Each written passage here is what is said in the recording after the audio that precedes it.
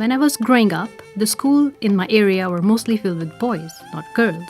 In my country, boys got education and the girls got married. Since my father followed the traditions, he wanted to find a husband for me to marry from when I was 10. What he didn't tell me was I wouldn't be able to go to school. My name is Amira. I'm a teacher to not so ordinary children, and I have a story to tell. My mother felt differently from my father. She started reading the books to me when I was 3 years old. She said that I loved staring at the words on the pages, and that never changed as I grew older. My mother knew my father didn't want me to learn. She would hide the books before he got home in the evenings. After some time, she thought it would be a good idea to find a school for me. This meant that I have to go to a school far away where our neighbors would not see me.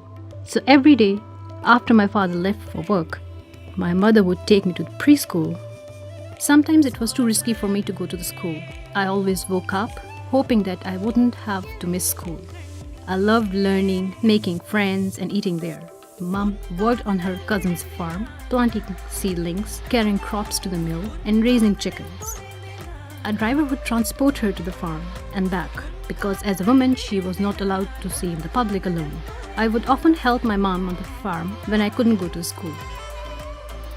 I remember very clearly playing broken telephone at a preschool one day. Children sit in a circle and whisper a message to the classmate next to them. The message is supposed to go around the circle without changing, but often it does. It's quite fun. Well, for most kids it is, but I have a bad memory of it. When it was my turn to be told the message, I couldn't hear what was being whispered to me. The girl next to me repeated the message few times. My classmates were watching and waiting. Some were giggling. The girl tried whispering the message in the other ear, and I could hear it better. But now she was whispering quite loudly. The teachers were the first to notice my hearing problem and recommended a public clinic for me to go to. Sure enough, the doctors confirmed that I couldn't hear like the other kids. My mother told my father that I had a hearing problem, but still managed to keep it secret that I was going to school. From that point on, I had a series of ear operations. It put a lot of stress on my family because it cost so much. The operations helped and my hearing improved, but there were always reminders that my hearing was a limitation in some ways. Often I would be called out of the school playground to go to the speech and hearing therapist. I would look down at the ground as I walked. I didn't want to acknowledge that my friends were watching me leave and asking teacher where I was going. I was still brave. I never complained, but I knew I was different. My parents would talk to the doctors about the current state of my hearing in one of the rooms in the clinic while I waited outside on the bench. My mother would then pass on the information to the teachers at my school, but I was protected from a lot of it. She did what she thought best, and she felt that since I was just a child, it would only cause me unnecessary worries if they went into lots of details. So I never really understood my problem, and neither did I know of my potential.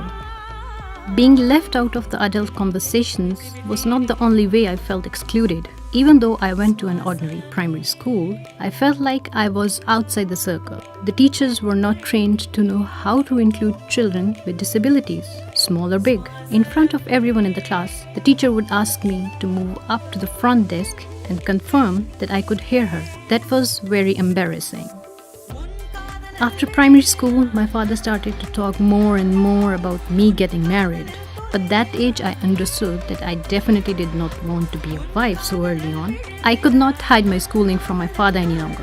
So I told him I was choosing education, not a husband. My mother had often said that I had a very strong personality, but she didn't realize that inside I was filled with fear. My father responded in a way that I expected. He said if I choose education, he would disown me. This was a big deal for me. I had no one else in the world. I would have to leave behind all my friends, my home, everything that was familiar to me. But I could not bear the thought of saying goodbye to my mom. She was the reason I loved learning. After a lot of encouragement and insistence from my mother, I left.